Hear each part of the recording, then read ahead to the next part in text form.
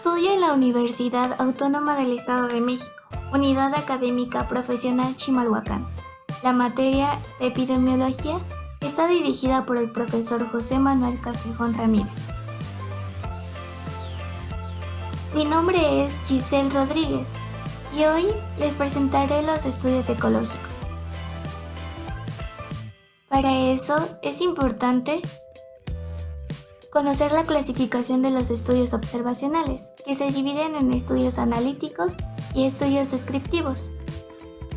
Estos se utilizan como unidad de medida a individuos y a grupos. Que efectivamente, para analizar los grupos utilizaremos los estudios ecológicos. En este video analizaremos las características, los tipos, sus análisis, sesgos, falacia ecológica, utilización en México, las ventajas y las desventajas de los estudios ecológicos. Empezaremos conociendo las características. Como ya sabemos, utiliza grupos como unidad de análisis y observación. Por lo contrario, al utilizar individuos, ocasionaría un sesgo. Son utilizados como el primer paso para la investigación de una exposición y su relación con la incidencia, prevalencia, mortalidad u otro factor de interés sobre la población. Son los más adecuados para estudiar exposiciones que son fáciles de definir y medir a nivel grupal, donde exista una verdadera exposición manifestada de forma ecológica. También se le conocen como diseños incompletos, porque se desconoce la distribución del factor de exposición y enfermedad de los individuos pertenecientes al grupo.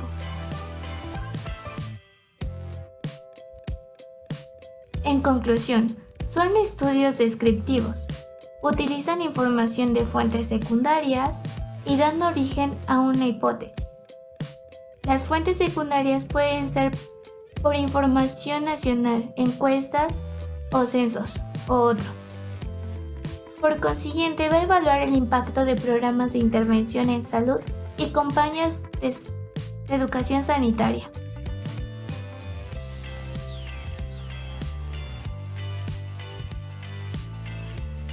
Ahora los tipos de diseño. Estos se dividen en dos.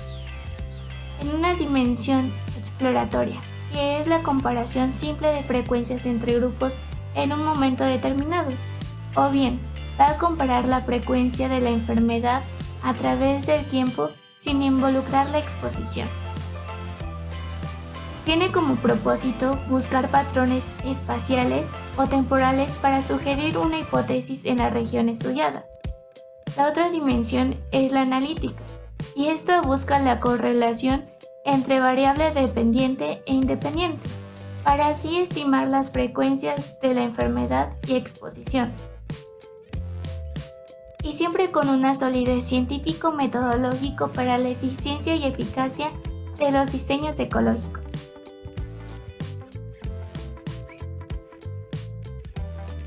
En el análisis.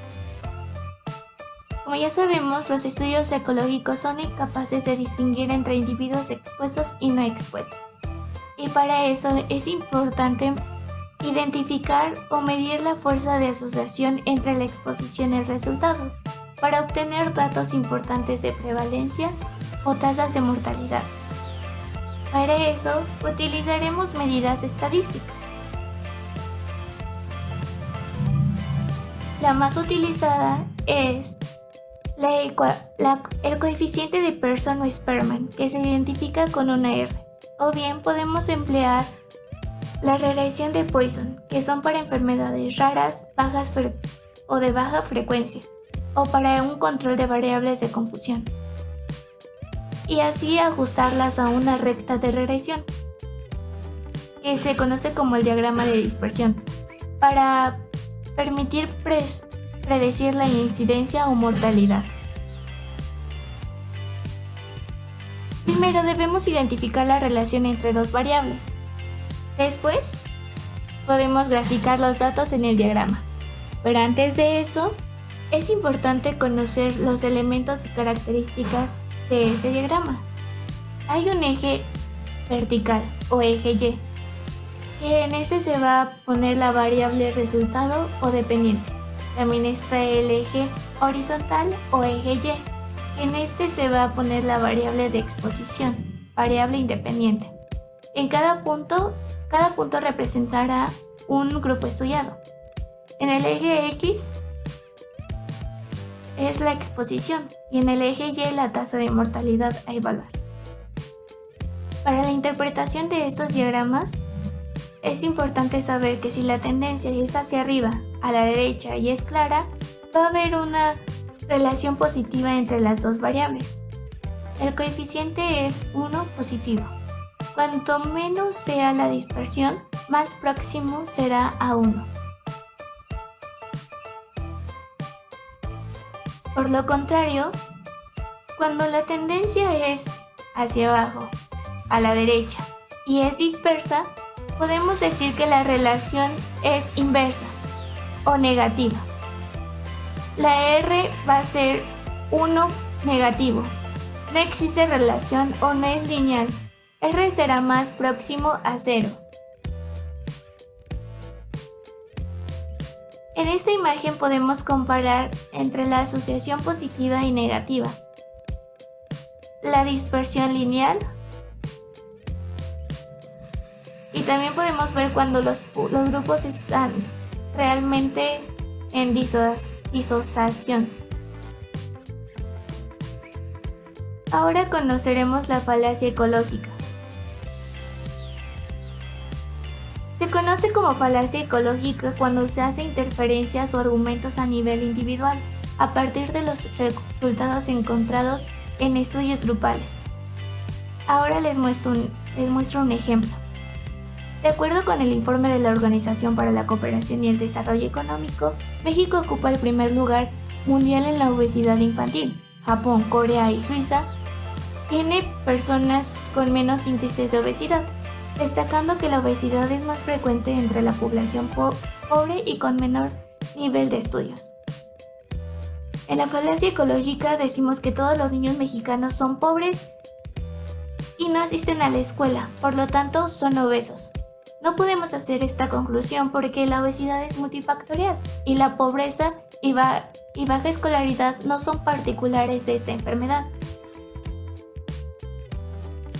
Y influyen otros aspectos importantes que no son considerados en el planteamiento del problema anterior. Ahora conoceremos los sesgos. Los sesgos se dan por la dificultad de separar los efectos observados de dos o más exposiciones. También se dan por la dificultad de controlar factores de confusión. Esto es por incluir variantes carentes de interés en el estudio.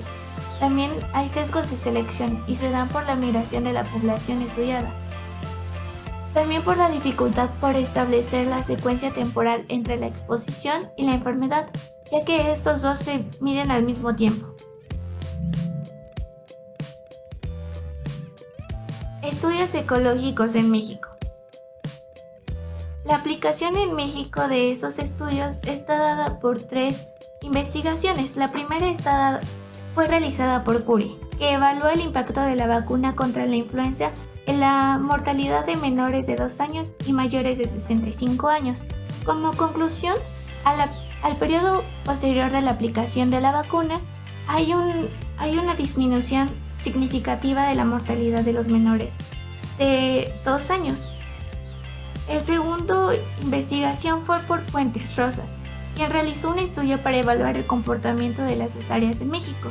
Se concluye que las cesáreas fueron presentadas en instituciones privadas y de seguro social, y los estados con mayor índice de migración y analfabetismo hubo menor porcentaje de la realización de cesáreas.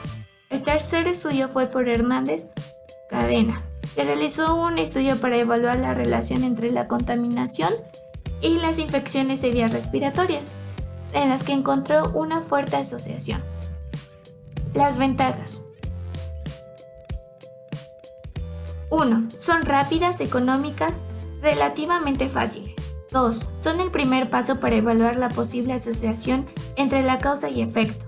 3. Genera hipótesis etiológicas. 4. Evalúa efectos en la salud debido a exposiciones. 5. Evalúa programas de intervención en la salud. Ahora enlistaremos las desventajas. 1. No es posible conocer cuáles casos tuvieron la exposición ni diferenciar los niveles de exposición. 2. Son susceptibles a error de falacia ecológica. 3.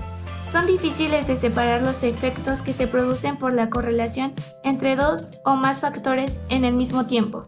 4. Son susceptibles a sesgos. 5. No establece la temporalidad entre la exposición y el efecto. Bueno, hemos terminado el tema de estudios ecológicos. Espero que haya sido de interés y hayamos aprendido un poco más sobre este tema.